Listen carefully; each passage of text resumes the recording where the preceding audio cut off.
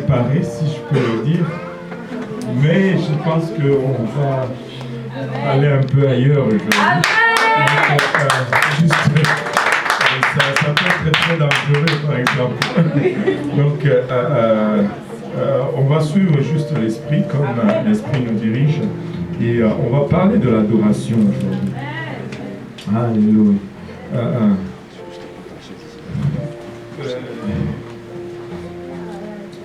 On a le livre de Jean, chapitre 4, verset 20 à 24. C'est parce que ça peut être très court, tout comme ça peut être très long. Parce que je ne sais pas où on va. Alléluia. Alléluia. Mais Dieu sait. Ce que j'avais préparé va être pour la prochaine fois. Ah, il y a une présence du Seigneur en ces lieux.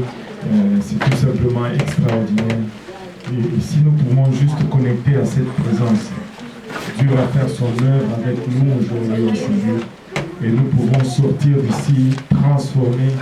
Nous pouvons sortir d'ici alignés pour une vie totalement différente de ce que l'on attendait nous-mêmes dans la volonté de Dieu. Jean chapitre 4, verset 20, si vous l'avez dit Amen. Et si vous le cherchez encore, dites j'arrive. Alléluia. La Bible nous dit ceci, nos pères ont adoré sur cette montagne. Et vous dites, vous, que le lieu où il faut adorer est à Jérusalem. Femme, lui dit Jésus, crois-moi, l'heure vient où ce ne sera ni sur cette montagne, ni à Jérusalem que vous adorerez le Père. Vous adorez ce que vous ne connaissez pas. Nous adorons ce que nous connaissons, car le salut vient des Juifs. Mais l'heure vient et elle est déjà venue où les vrais adorateurs adoreront le Père en esprit et en vérité, car ce sont là les adorateurs que le Père demande. Dieu est esprit, et il faut que ceux qui l'adorent en esprit et en vérité. Je ne veux pas faire toute une étude théologique, on ne va pas apprendre des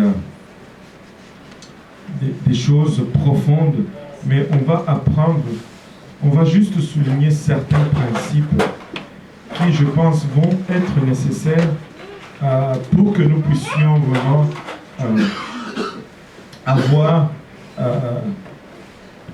entrer dans ce que Dieu nous a préparé pour 2014. Et c'est le principe de l'adoration, tout simplement. Il y a deux principes qu'on va souligner en ce qui concerne l'adoration. On a perdu le projecteur. Ok. Bon. Et il y a deux principes qu'on va souligner avec l'aide de Dieu. Élevons nos voix tous ensemble. Prions, Seigneur Jésus-Christ, nous te rendons grâce encore une fois, Papa, pour ton amour, ta bonté, ta fidélité. Te remercions, Père, pour ta présence que nous ressentons, Papa, en ces lieux. Nous prions, Seigneur Jésus-Christ, que tu nous fasses don de ton onction, Papa, afin que nous puissions discerner ta volonté parfaite, Seigneur Jésus-Christ, afin que nous ne puissions pas être une entrave à ce que tu veux faire avec ton peuple aujourd'hui, Papa. Si nous devenons une entrave, Seigneur Jésus-Christ, ordonne-nous au silence, Papa, et que ton esprit puisse agir par nous, Papa. Mais je prie, Seigneur Jésus-Christ, Père, il avachate, que tu puisses rencontrer chacun de nous ici présents au lieu de nos besoins, Seigneur. Papa, que ton esprit fasse ministère, Seigneur.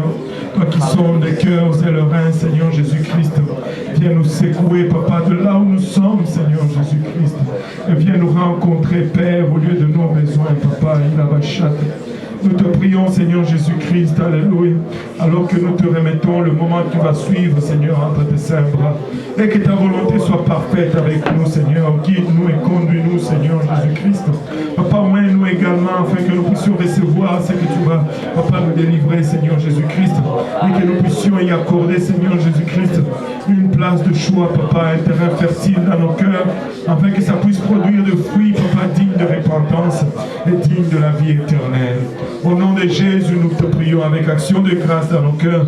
Au nom de Jésus, nous disons tous au nom de Jésus. Alléluia. Gloire au nom de Jésus-Christ. Vous pouvez vous asseoir.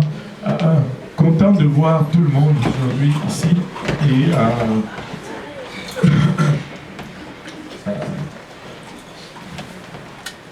l'adoration.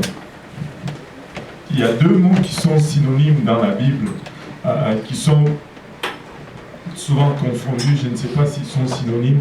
Je ne sais pas si ils fit ou ils rentrent dans la définition de synonyme. J'utiliserai synonyme avec un peu de réserve. Mais il y a deux mots qui semblent être pareils, qui semblent dire la même chose, mais qui portent une certaine nuance dans la Bible, c'est l'adoration et les louanges. Et souvent, nous avons tendance à confondre ces deux mots. Nous avons des fois tendance à prendre l'un pour l'autre et à utiliser l'un à la place de l'autre. Mais ces deux mots, bien qu'ils font référence à presque la même chose, bien qu'ils indiquent presque la même chose, mais ils ont une nuance très importante qui font toute la différence. La louange est le produit de la réception de quelque chose. On loue quand on a reçu quelque chose. On loue Dieu parce qu'il a fait quelque chose. On va louer quelqu'un parce qu'il nous a donné quelque chose. On va louer Dieu parce qu'il a fait quelque chose pour nous. Mais quand on commence à parler de l'adoration, c'est toute une autre chose. L'adoration n'a pas besoin d'action. On adore Dieu parce qu'il est ce qu'il est. L'adoration ne demande pas que Dieu fasse quelque chose pour nous. La louange, souvent, va être le produit de parce que nous avons reçu quelque chose de la part de Dieu. Mais l'adoration, souvent, va nous coûter quelque chose. L'adoration a toujours un prix. Et Jésus ici, en train de parler avec la femme samaritaine au puits, cette femme qui est allée pour puiser de l'eau, elle rencontre le Seigneur alors qu'il était en train d'attendre ses disciples, qu'il a envoyé chercher à manger dans la ville. Lui les attend là-bas et croyez-moi que moi je suis convaincu que si Jésus les a éloignés, c'est parce qu'il voulait être seul afin de parler à cette femme avant que ses disciples arrivent. Ainsi, il y avait une problématique entre les Juifs et les Samaritains. Les Juifs ne se parlaient même pas avec les Samaritains. Et quand cette femme arrive, Jésus lui demande de l'eau et sa première réaction, c'est l'étonnement. Comment ça se fait que toi tu es juif, tu me demandes à boire, moi qui suis une femme samaritaine? Nous n'avons rien à voir l'un de l'autre. Et très souvent, nous pouvons avoir cette tendance aussi quand nous servons la parole de Dieu. Des fois, nous regardons certaines personnes, disons, celui-ci, lui, il va servir Dieu. L'autre, c'est pas sûr qu'il va servir Dieu. Parce qu'il a l'air trop méchant ou parce qu'il a l'air trop bizarre. Mais très souvent, Dieu nous confond. C'est les gens que nous pensons le moins qui vont venir à Dieu, qui vont servir Dieu. Et ce sont ceux-là qui vont être corps et âme au service de Dieu. Et comme l'homme peut se tromper encore et encore et encore. Et quand ils engagent cette discussion, la femme lui dit, mais toi tu es un juif, tu me demandes à moi, une samaritaine. Jésus lui dit, si tu savais qui te parle, femme. Et waouh, ça c'est un autre problème pour nous. Nous ne réalisons pas, nous oublions qui est Jésus-Christ. Nous venons ici, nous oublions même avec qui nous venons nous rencontrer. Nous ne devons jamais oublier, nous ne devons jamais arriver à une place où nous oublions avec qui nous avons rendez-vous chaque dimanche matin. Nous devons avoir hâte de courir à l'église. Parce que le roi de rois nous donne rendez-vous. Le Seigneur des seigneurs nous donne rendez-vous. Il dit à cette femme, si tu savais à qui tu parlais, si tu savais qui j'étais, c'est toi-même qui allais me demander à boire et j'allais te donner l'eau de vie. Elle, limitée dans sa pensée humaine, elle dit, mais tu n'as même pas de quoi puiser. Parce que pour elle, elle était limitée dans la chair. Et très souvent, nous allons aussi être limités dans la chair. Quand nous n'avons plus d'argent, nous sommes misérables. Quand nous n'avons plus de problèmes de voiture, nous devenons misérables. Le charnel va nous rendre misérables à un point où nous oublions même que nous avons le spirituel. Nous avons la vie éternelle. Dieu lui parle de ce qui est éternel, mais elle est en train de regarder ce qui est temporaire. Tu n'as pas de quoi puiser pour me donner à boire. Jésus ne parle pas de l'eau du puits là. Jésus parlait de notre eau. Il a meilleur à offrir que ce que tu es en train de venir chercher.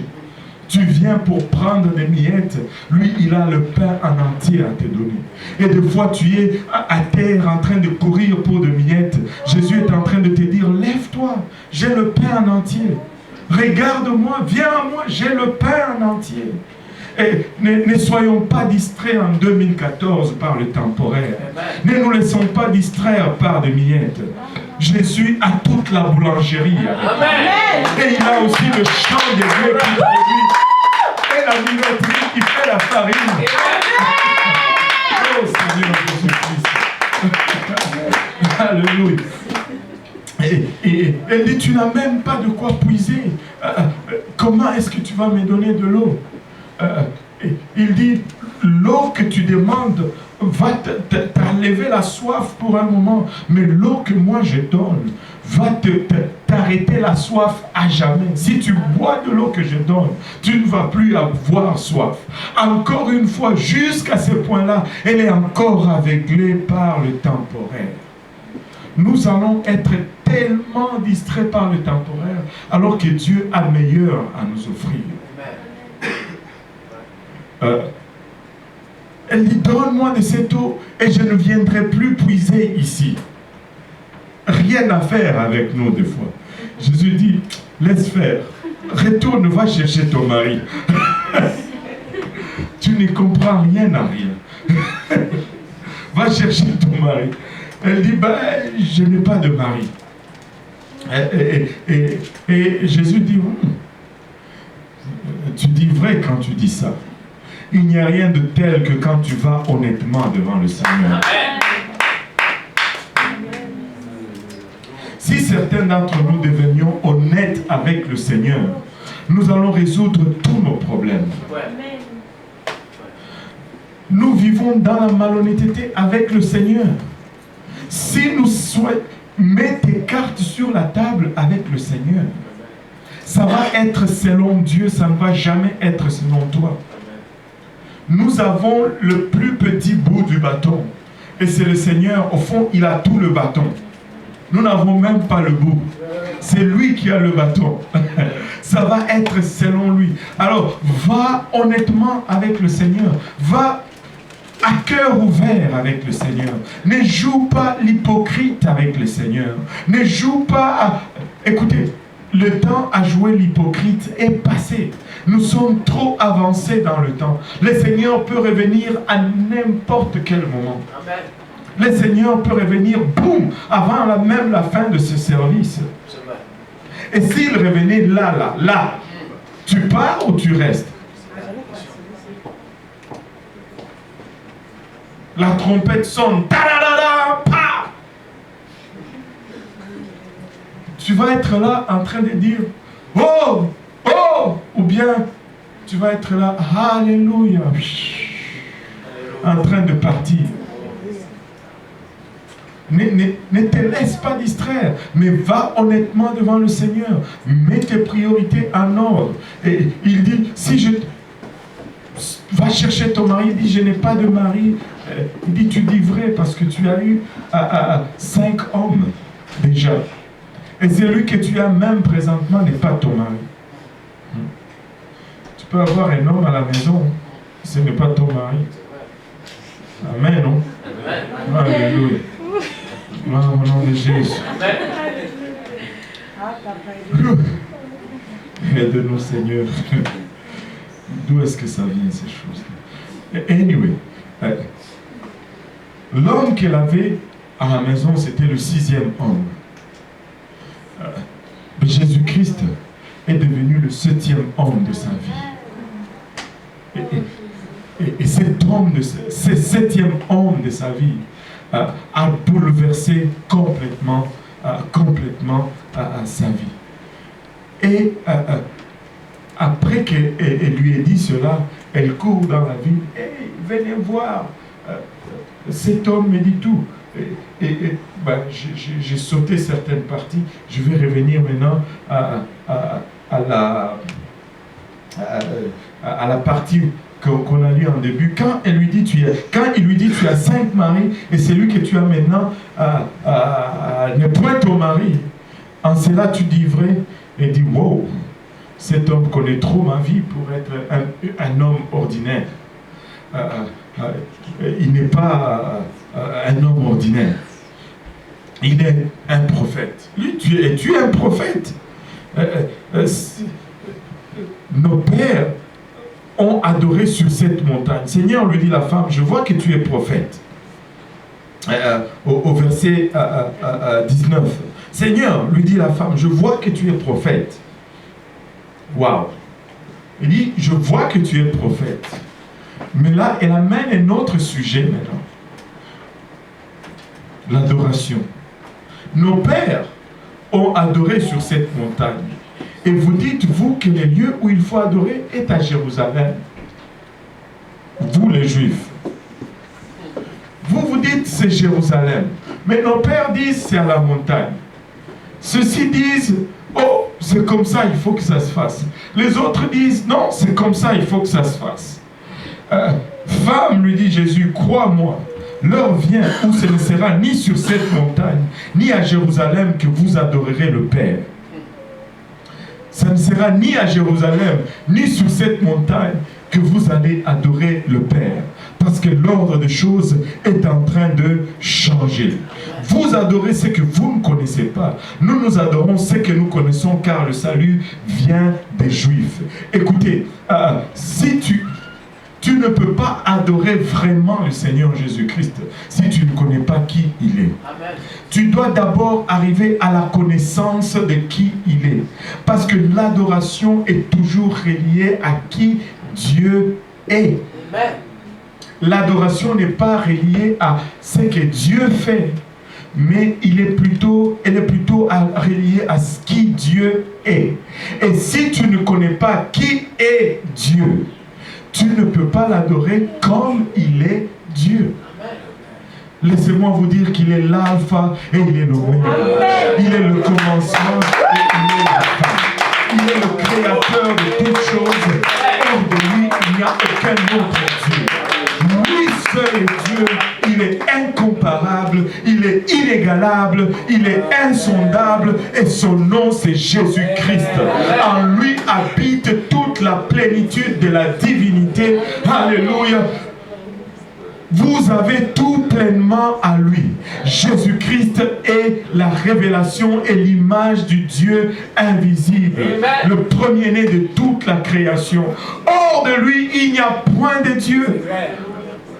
Si tu veux adorer Dieu, tu adores Jésus-Christ. Si tu veux invoquer Dieu, tu appelles un nom. Tu dis Jésus. Dieu vient. Il faut que tu entres d'abord dans la connaissance de qui il est avant que tu puisses connaître comment l'adorer. Si tu ne le connais pas, tu ne peux pas l'adorer. Parce que l'adoration est reliée à la connaissance de qui il est. Nos pères ont adoré sur cette montagne. Et vous vous dites que le lieu où il faut adorer est à Jérusalem. Femme, lui dit Jésus, crois-moi, l'heure vient où ce ne serait ni sur cette montagne, ni à Jérusalem que vous allez adorer le Père. Alléluia. L'adoration ne va plus être limitée à un seul lieu. On va l'adorer à Montréal-Est. On va l'adorer sur Sherbrooke. On va l'adorer sur Hochelaga. On va l'adorer à Montréal-Nord. On va l'adorer à Saint-Laurent. Alléluia. Nous le portons en nous. Nous le portons en nous. Dieu n'est plus confiné dans le tabernacle, ni dans le temple à Jérusalem. Dieu habite en nous. Maintenant, nous sommes les nouveaux tabernacles. Le jour de la Pentecôte, quand l'Esprit Saint est tombé sur les apôtres, alléluia, ça a inauguré une ère nouvelle, où le temple de Dieu n'était plus fait de main d'homme, mais le temple de Dieu a été fait et conçu par lui-même. Nous sommes devenus le temple de Dieu. C'est le lit à Jérusalem. Nous n'avons pas à tourner vers Jérusalem lorsque nous voulons adorer Dieu. Nous n'avons pas à tourner vers le mont Sinaï lorsque nous voulons adorer Dieu. Nous pouvons tourner là où nous sommes. Alléluia. Et sentir cette présence comme nous l'avons senti tout à l'heure. Tout à l'heure, cette présence est descendue ici d'une façon extraordinaire. Tu ne pouvais pas retenir des larmes dans cette présence. Tu ne pouvais même pas rester debout dans cette présence. Oh, si nous pouvons ne pas arriver à cette place où nous perdons la sensibilité de sa présence parmi nous, nous serons constamment sur notre face. Nous serons constamment sur notre face. Et savez-vous, lorsque nous sommes constamment sur notre face, nous diminuons. Et lorsque nous diminuons, lui, il grandit. Et lorsque lui grandit, je vous dis, rien n'est plus impossible au milieu de nous. Si nous pouvons apprendre juste à réduire notre dimension, afin que sa dimension puisse grandir, il va faire des prodiges parmi nous. Il va faire des exploits parmi nous. Il dit, vous adorez ce que vous ne connaissez pas. Nous, nous adorons ce que nous connaissons, car le salut vient des Juifs. Mais l'heure vient, et elle est déjà venue, où les vrais adorateurs adoreront les Pères en esprit et en vérité, car ce sont là les adorateurs que le Père demande. Si tu n'as pas l'esprit, tu ne peux pas être un vrai adorateur. Il faut que tu aies le Saint-Esprit, parce que c'est en esprit que tu vas l'adorer véritablement. Si tu n'as pas la vérité, tu ne peux pas l'adorer non plus comme il faut, parce que c'est avec la vérité que tu peux l'adorer convenablement. Nous devons avoir la doctrine. Et la doctrine nous amène à la réception de ce qu'il a en réserve pour nous. Et lorsque nous recevons la plénitude de ce qu'il a en réserve pour nous, nous devenons des vrais adorateurs. Lorsque nous avons l'Esprit de Dieu et la vérité de Dieu, nous devenons des vrais adorateurs. Et Dieu cherche des vrais adorateurs aujourd'hui. Avec l'adoration, nous allons vaincre toutes les batailles que le diable va nous lancer. Il est important de retourner au tout début pour voir un aspect fondamental de l'adoration. Nous allons retourner à la toute première fois dans la Bible où le mot adoration est utilisé. Et nous allons voir le contexte de ces mots et apprendre une leçon de cela. L'histoire se trouve dans le livre de Genèse 22. Alors que Abraham, après avoir loué Dieu, que tout le monde dise louer Dieu, il a attendu 25 ans pour un enfant. Sa femme était stérile, Sarah. Il a essayé par ses moyens, il a eu Ismaël. Dieu a dit non, c'est pas comme ça. Et il a attendu encore. Et jusqu'à ce que finalement un jour, Sarah est tombée enceinte et elle a enfanté Isaac. Et 25 ans d'attente. Dieu t'a fait une promesse. Dieu t'a fait une promesse. 25 ans d'attente. Dieu t'a fait une promesse. Vous avez peur de dire oui, mais non. Est-ce que Dieu t'a fait une promesse, oui ou non? Abraham a attendu 25 ans. Toi, ça fait juste un mois que Dieu t'a fait une promesse et tu commences à lamenter. Oh, moi, Dieu m'a promis, comme je vois rien, je vais aller en Alberta maintenant. c'est là que je vais trouver un travail. Non, reste là. On commence à peine. 25 ans, Abraham a attendu. Sois patient. La notion de temps pour Dieu, ce n'est pas la même pour toi. Anyway, s'il te la donne aujourd'hui, tu vas gâcher cela. Attends son temps. Il est en train encore de travailler avec toi. Dis à ton voisin, Dieu n'a pas encore fini avec toi. Alléluia. Sois patient. Il sait que tu es là. Il sait que tu as besoin. Il ne t'a pas oublié. Dis à ton voisin, Dieu ne t'a pas oublié. Mais si tu commences à faire comme Abraham, tu vas te créer de sérieux problèmes. Attends seulement. Amen. Amen. Alléluia. Ça, c'est un bonus. Ce n'était pas dans le programme. Enfin, il n'y a plus de programme là aujourd'hui, anyway. Alléluia. Mais maintenant, Abraham, quand il reçoit cet enfant, que pensez-vous qu'il fait?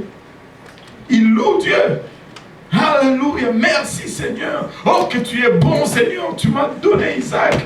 Béni soit ton Saint-Nom. Hey, alléluia, la vie devient belle. Et là, tout tournait autour d'Isaac. Isaac ceci, Isaac cela. Alléluia. Isaac était un enfant. Je pense que s'il y a eu un enfant bien choyé, c'était Isaac. 25 ans d'attente. Mais quand on arrive au chapitre 22, Abraham, probablement, il se disait, quand même, après m'avoir fait attendre 25 ans, là, je suis arrivé. Là, je suis prêt. Je suis fait. Dieu a fini. Même là, il n'avait pas encore fini. Même là, il n'avait pas encore fini.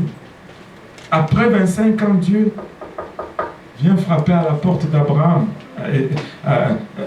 Genèse 22. Après ces choses, Dieu mit Abraham à l'épreuve. Que quelqu'un dit encore? Alléluia. Et lui dit, Abraham. Et il répondit, mais voici.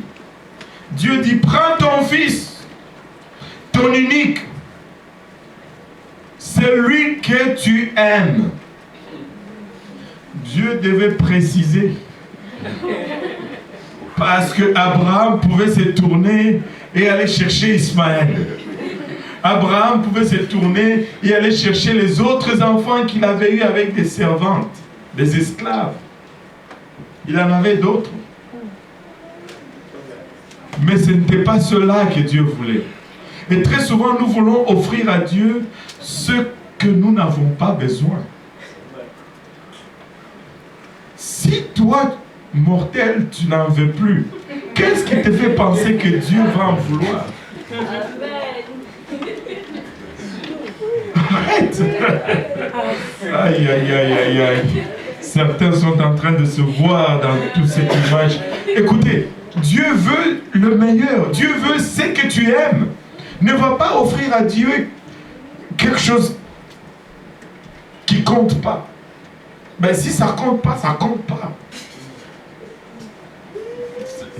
C'est vrai, si ça ne compte pas pour toi, combien d'avantages ça ne va pas compter pour Dieu?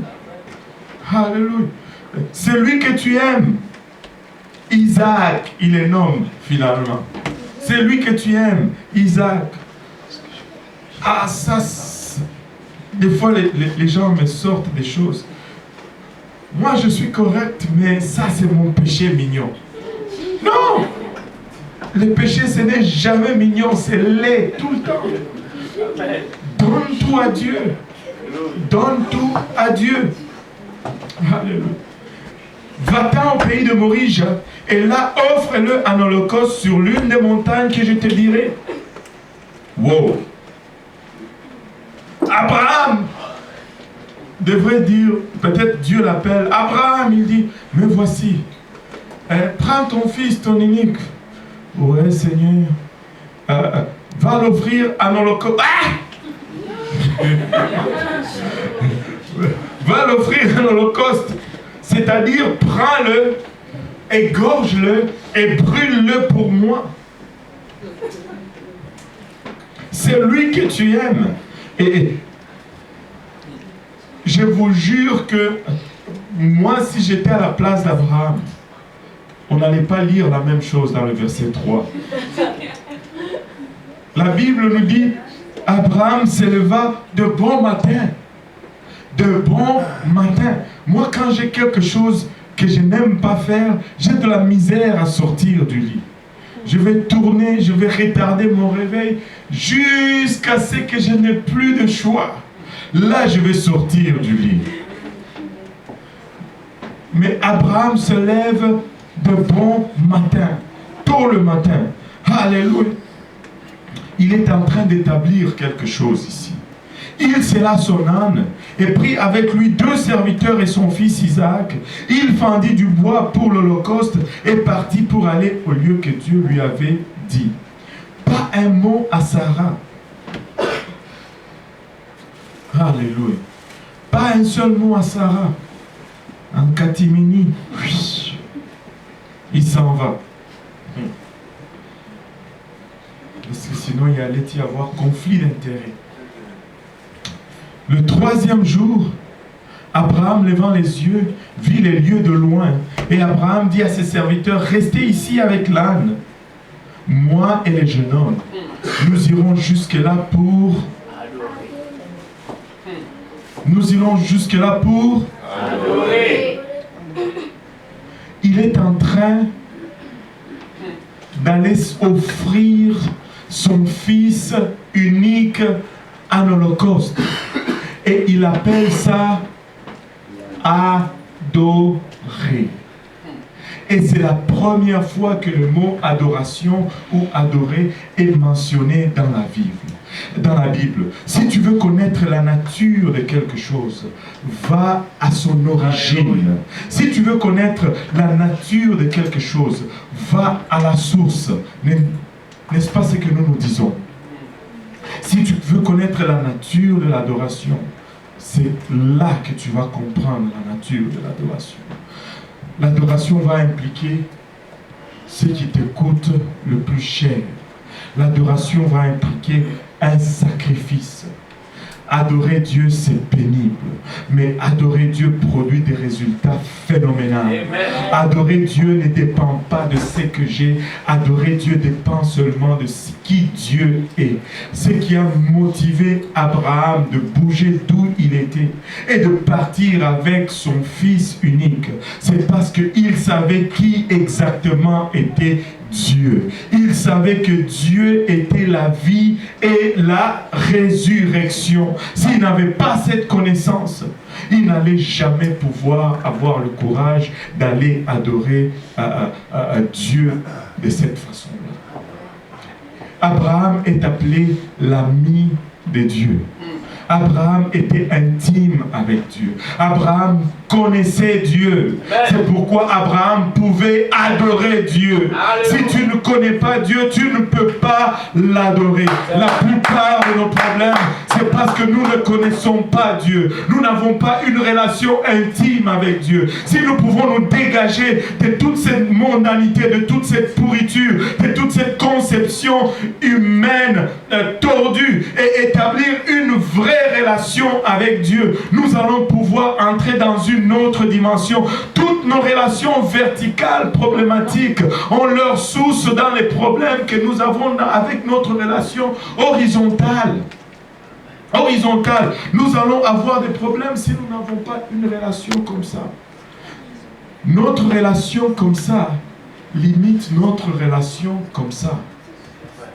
Si nous sommes en bas de l'échelle, nous ne pouvons pas voir plus loin que notre bout du nez. Mais si nous montons dans notre relation avec Dieu, nous pouvons voir plus loin. Nous pouvons voir ce que Dieu a en réserve plus loin. Nous allons résoudre, nous n'allons pas être inquiets avec des problèmes qui sont là, parce que nous allons voir ce qui vient là. Mais nous devons d'abord établir cette relation comme ça. Il y a quelqu'un qui doit monter dans sa relation avec Dieu. Il y a quelqu'un qui doit établir une bonne relation avec Dieu sur des bons fondements. Il y a quelqu'un qui doit arriver à une place où tu commences à adorer Dieu. Il y a quelqu'un qui doit s'approcher de Dieu, non pas parce que Dieu va faire ceci ou que Dieu peut me donner ceci, Dieu peut peux me donner cela, mais parce que Dieu est tout simplement. Parce qu'il est tout simplement. Parce qu'il n'y en a pas d'autre. Il n'y a aucun autre Dieu à adorer.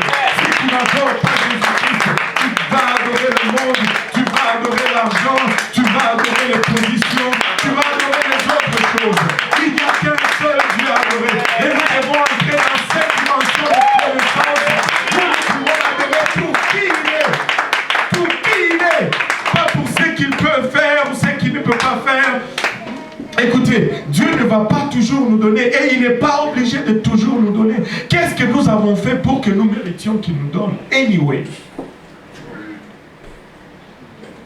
C'est une grâce non méritée. Tout ce que nous avons, c'est par la grâce qu'il nous l'accorde.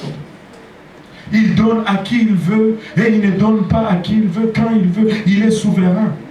Même si tu jeûnes, tu pries jusqu'à ce que tu deviens comme ça, il peut quand même ne pas te donner. C'est son choix. Amen. Tu dois être content quand même. Amen. Parce qu'il est souverain. Parce que tu l'adores pour qui il est, pas parce qu'il t'a donné. Amen. Mais si tu commences à l'adorer pour qui il est,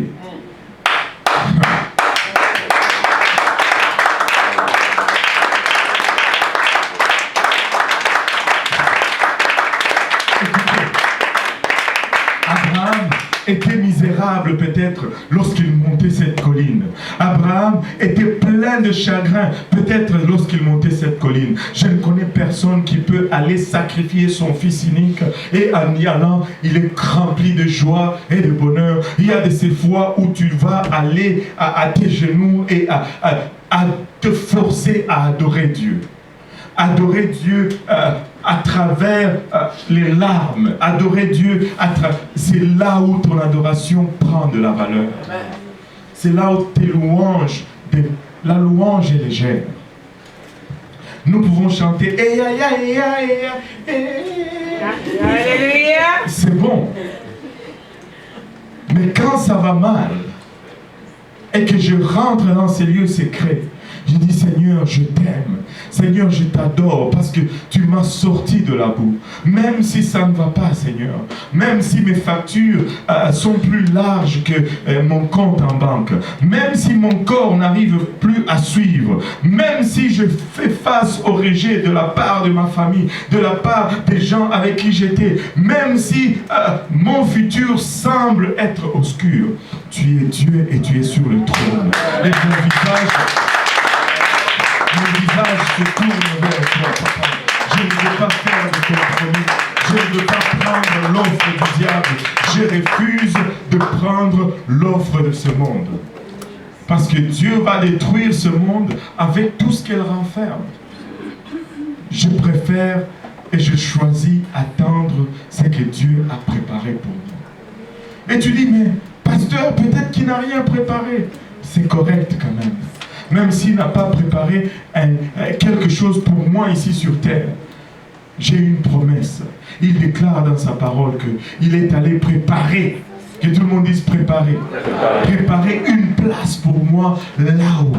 Et là où il sera, moi aussi je serai. Et un jour je serai avec lui pour l'éternité. Plus rien ne pourra me séparer de lui. Plus de larmes, plus de douleurs, plus de factures, plus de rejets, plus d'arguments, plus de débats, plus rien. Il sera juste là face à face.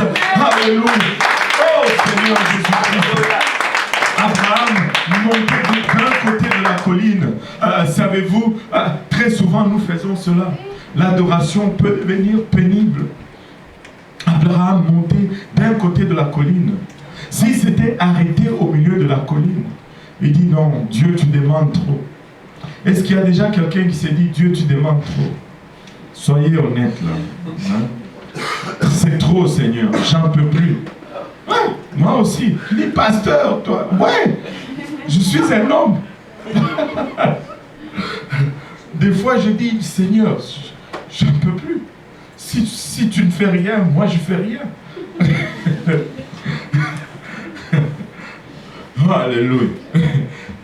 Si Abraham s'était arrêté au milieu de cette colline, comme plusieurs le font souvent, ça allait être l'histoire la plus triste. Mais Abraham est allé jusqu'au sommet de la colline. Il dit d'abord aux jeunes, aux serviteurs, restez ici avec l'âne. Moi et les jeunes hommes, nous irons jusque là pour adorer et regarder. Et nous, que tout le monde dise nous reviendrons auprès de vous. Il a déjà proclamé que je vais revenir avec mon fils. Il est allé pour le tuer, mais il dit nous allons revenir. Même s'il m'est tué, je lui ferai malgré cela confiance. Abraham était dans une dimension de confiance en Dieu. Abraham prit le bois pour l'Holocauste, le chargea sur son fils Isaac et porta dans sa main le feu et le couteau. Et ils marchèrent tous deux ensemble. Alors Isaac parlant à Abraham, son père, dit « Mon père !» Et il répondit « Mais voici mon fils. » Isaac reprit « Voici le feu et le bois, mais où est l'agneau pour l'Holocauste ?» Quelque chose d'étrange ici. Papa, en fait, où est l'agneau? Abraham répondit, mon fils, Dieu se pourvoira lui-même de l'agneau pour l'Holocauste. Parole prophétique.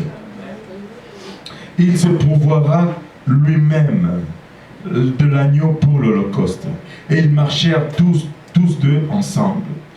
Lorsqu'ils furent arrivés au lieu que Dieu lui avait dit, Abraham y éleva un autel et rangea le bois, il lia son fils Isaac, le mit sur l'autel par-dessus le bois, puis Abraham étendit la main et prit le couteau pour égorger son fils.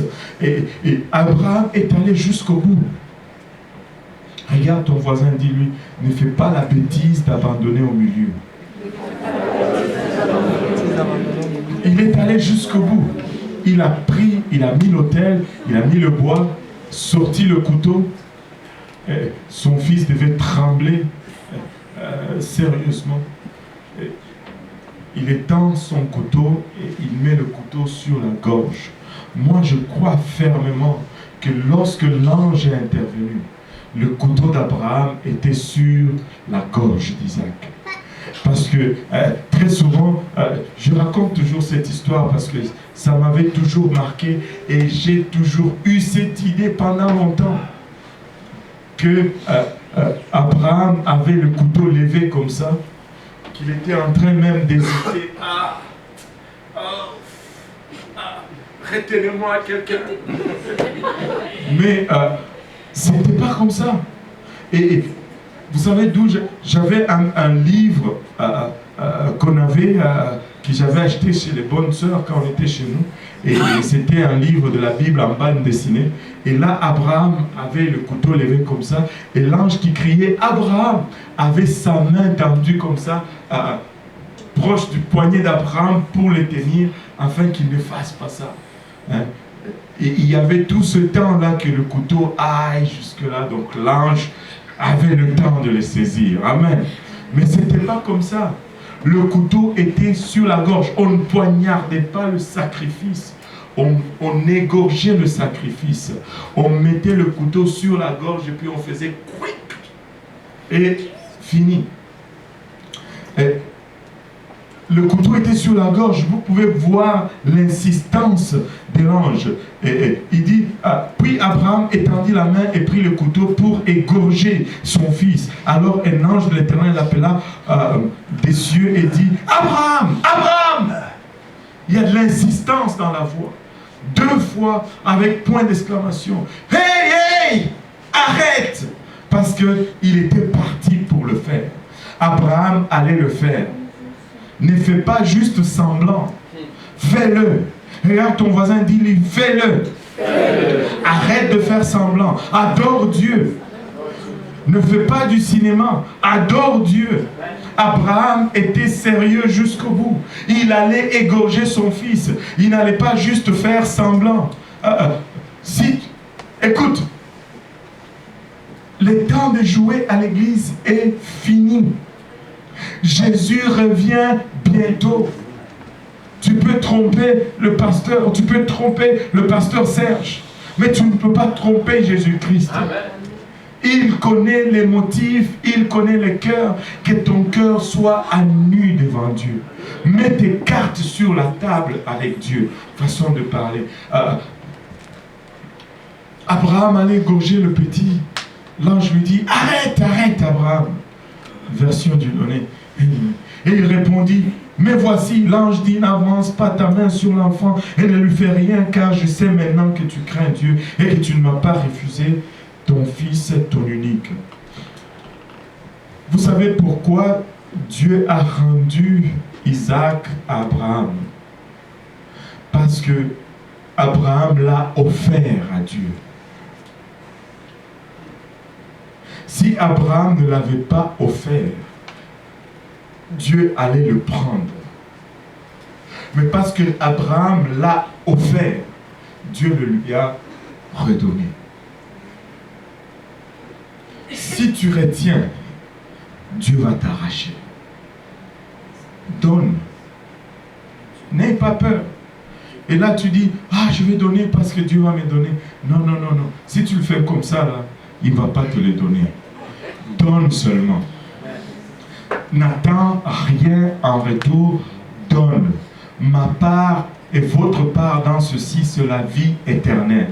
Du temps que Dieu me donne la vie éternelle, alléluia. Du temps que je ne veux pas en enfer, alléluia. Nous sommes là pour éviter l'enfer. Je ne veux pas aller en enfer. Et vous ne voulez pas aller en enfer non plus. Même si Dieu ne me donne pas, c'est correct. Du temps que je ne vais pas en enfer. Amen. Mais Dieu va me donner. S'il me donne, alléluia. Mais s'il ne me donne pas, alléluia quand même. Oh, alléluia. Que quelqu'un dise alléluia. Alléluia. Alléluia. Que quelqu'un dise alléluia quand même. Alléluia. Le premier c'était pour lorsqu'il donne. Et l'autre c'était pour lorsqu'il ne va pas donner. Amen. Amen. Donc plus de visage écrit. Hein? Alléluia. Gloire au nom de Jésus. On va être des adorateurs. Amen. Amen. On va adorer Dieu. Alléluia. À l'église pentecôtiste unie de l'Est de Montréal, on va adorer Dieu. Alléluia. On ne va pas faire de misère. On va l'adorer quand même. On va le glorifier. Et on va le donner de notre meilleur. Il répondit, mais voici, l'ange dit, n'avance pas, Abraham leva les yeux et vit derrière lui un bélier retenu dans un buisson par les cornes. Et Abraham alla prendre le bélier et l'offrit en holocauste à la place de son fils.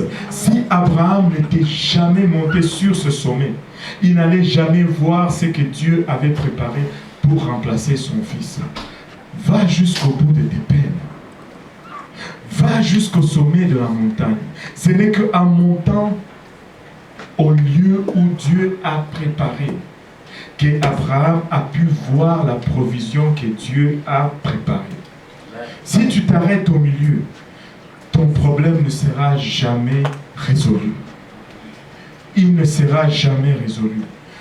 Écoute, embrasse Dieu, saisis-toi de Dieu, adore Dieu. Dieu cherche des adorateurs. Dieu n'est pas venu pour chercher. Dieu cherche des adorateurs. Ce qui a été perdu dans les ciels, c'est l'adoration. La Bible nous dit, je ne me rappelle plus le verset, le frère Abou va nous le trouver. Le Fils de l'homme est venu pour chercher et sauver ceux qui étaient perdus. C'est quoi encore? Luc 19, verset 6. 10. Regardez un peu. Si ce verset parle des hommes, ça n'allait pas être écrit comme ça. Car le Fils de l'homme est venu chercher et sauver ceux. Que tout le monde dise ceux. Singulier. Si c'était les hommes, ça allait être ceux. Parce que nous sommes nombreux à être perdus. Quand Satan est tombé du ciel, c'était quoi son rôle dans le ciel? L'adoration. Il était le maître de l'adoration.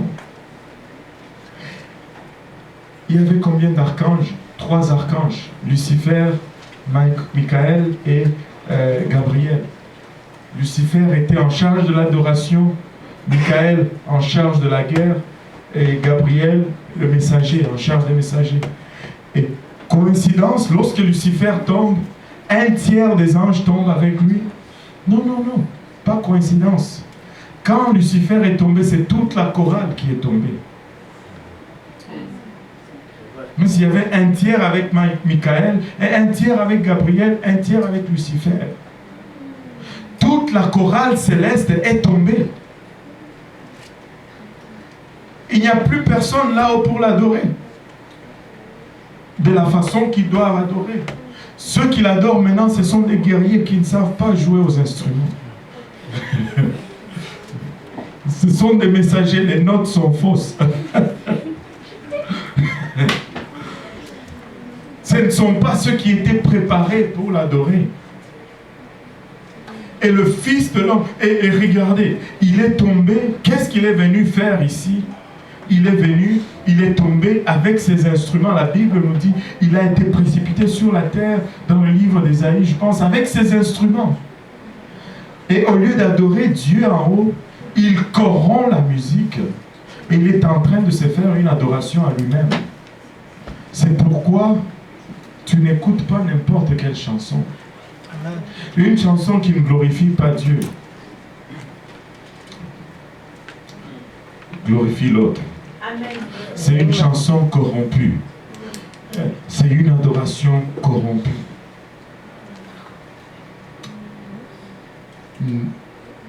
Nous apprenons cette musique.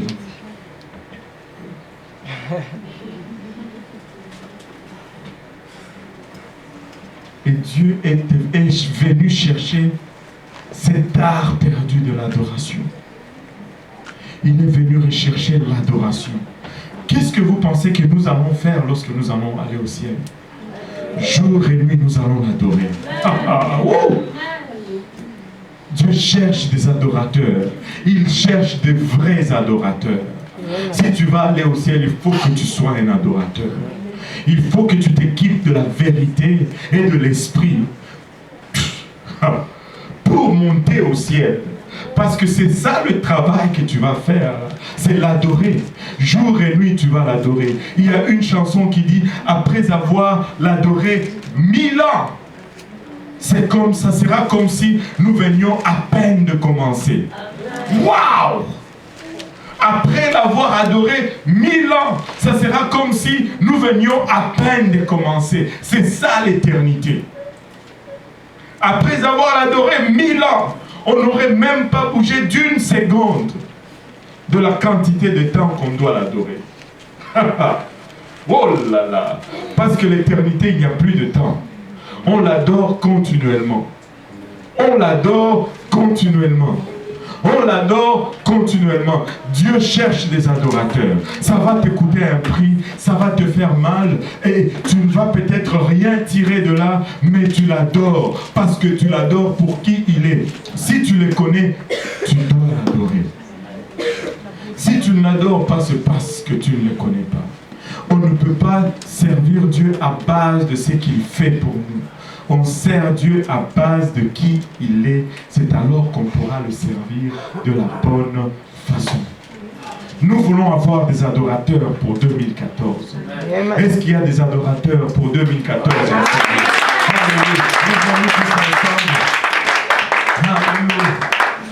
Et vous savez quoi? L'adoration doit se faire de la bonne façon. Ça doit se faire de la façon dont... Man, nous n'avons plus le temps. On va continuer prochainement à la suite, partie 2 de cette histoire. Alléluia. Mais nous voulons adorer Dieu. Nous voulons être des vrais adorateurs. Pour un moment, si nous pouvons transformer ces lieux en des lieux d'adoration pour juste 5 minutes. Alléluia. Si nous pouvons élever nos voix vers le Seigneur. Si nous pouvons élever nos grâces. Si nous pouvons déclarer sa grandeur.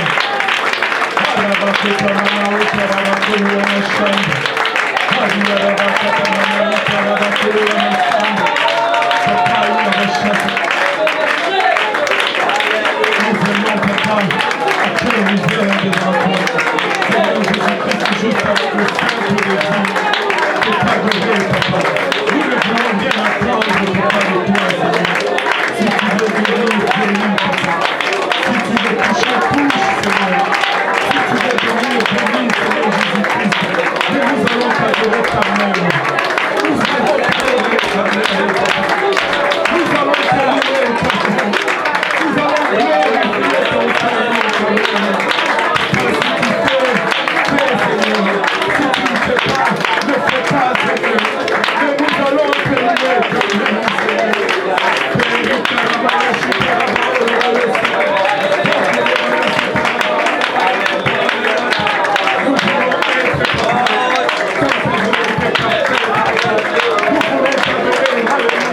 Juste à cause de qui tu es, Seigneur.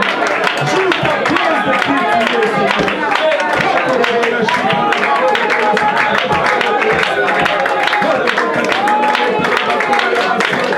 Nous ne voulons pas t'adorer par intérêt, Seigneur. Nous voulons t'adorer par connaissance, par relation, Seigneur Jésus-Christ.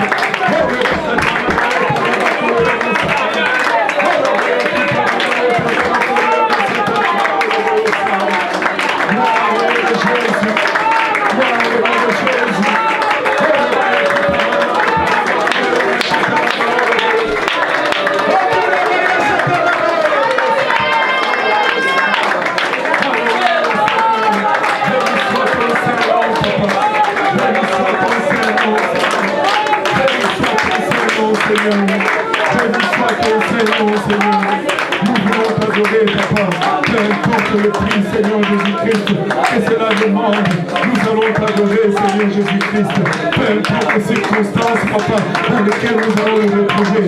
Alléluia, nous n'allons pas garder silence, Seigneur. Nous n'allons permettre à rien de voler notre adoration, Seigneur. Par contre, papa, toute tribulation nous fera qu'ajouter la valeur de notre adoration. Papa, tout problème nous fera, papa, qu'ajouter et augmenter, papa, la valeur de notre adoration, papa, il a rachata.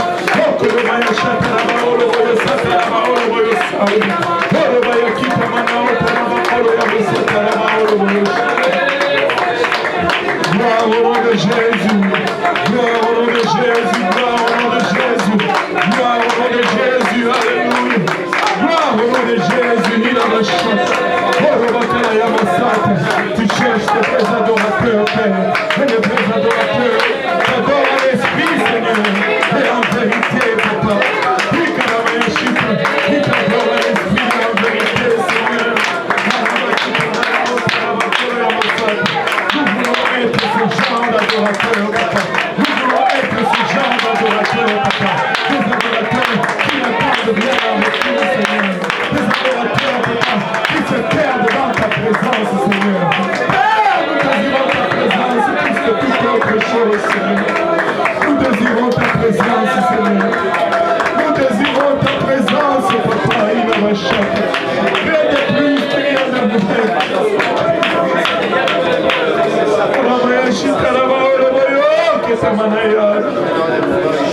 Alléluia, papa. Dans cette année nouvelle, Seigneur, fais-nous monter dans cet autre niveau de connaissance de qui tu es, papa. Fais-nous entrer dans cette autre dimension de relation avec toi. Papa, il a rachète. Nous voulons te connaître parfaitement, afin que nous puissions t'adorer parfaitement, Seigneur. Aide-nous, Seigneur Jésus-Christ. Aide-nous, Seigneur, il a rachète. Oh, voyez ça, c'est que nous pouvons mettre nos soucis, nos préoccupations de côté, papa.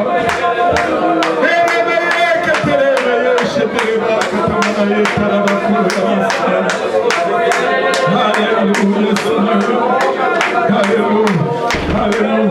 Nous ne voulons rien laisser voler notre adoration. Nous ne voulons rien laisser voler notre adoration, Seigneur. Nous voulons être les vrais adorateurs. Nous voulons être les vrais adorateurs, Seigneur. Nous voulons être les vrais adorateurs, papa. Au nom de Jésus. Au nom de Jésus, alléluia.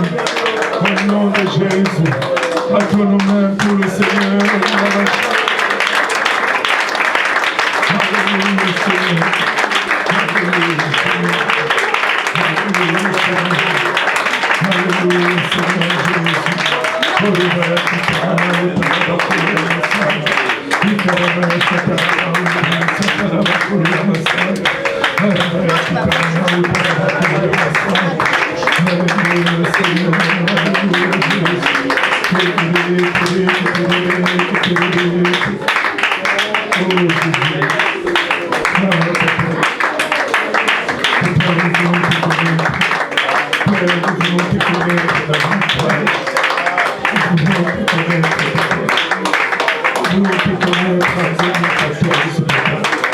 C'est ton Église, Seigneur.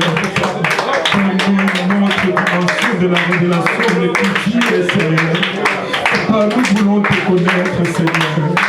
Nous voulons te connaître, Papa. Alléluia, Seigneur. Nous voulons te connaître, Seigneur. Nous voulons te connaître, Seigneur. Alléluia, Jésus. Oh, alléluia, Seigneur. Alléluia, Jésus. Alléluia, Seigneur. Alléluia. Gloire au nom de Jésus. Alléluia. Nous allons juste prendre un petit engagement pour cette semaine, juste pour cette semaine. Nous allons adorer le Seigneur. Amen. Dans notre lieu secret. Nous allons adorer le Seigneur. Amen. Nous allons passer du temps où nous allons rentrer dans sa présence seul, sans rien lui demander, juste une semaine. Mais juste lui dire, Seigneur, je t'aime.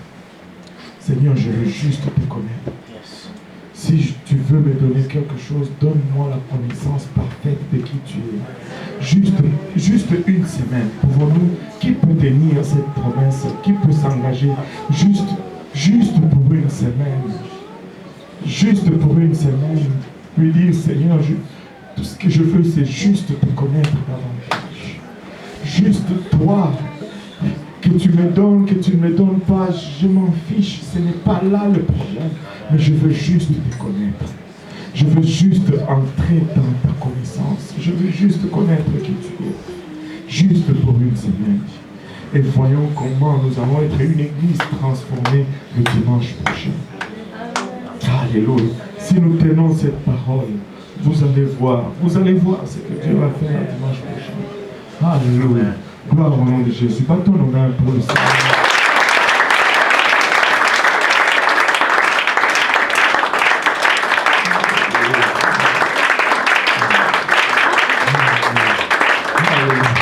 Regarde ton voisin, dis-lui une semaine d'adoration.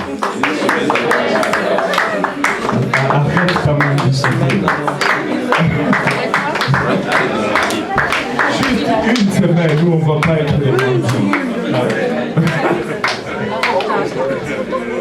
Serrez la main de votre voisin, dis-lui, sois un adorateur.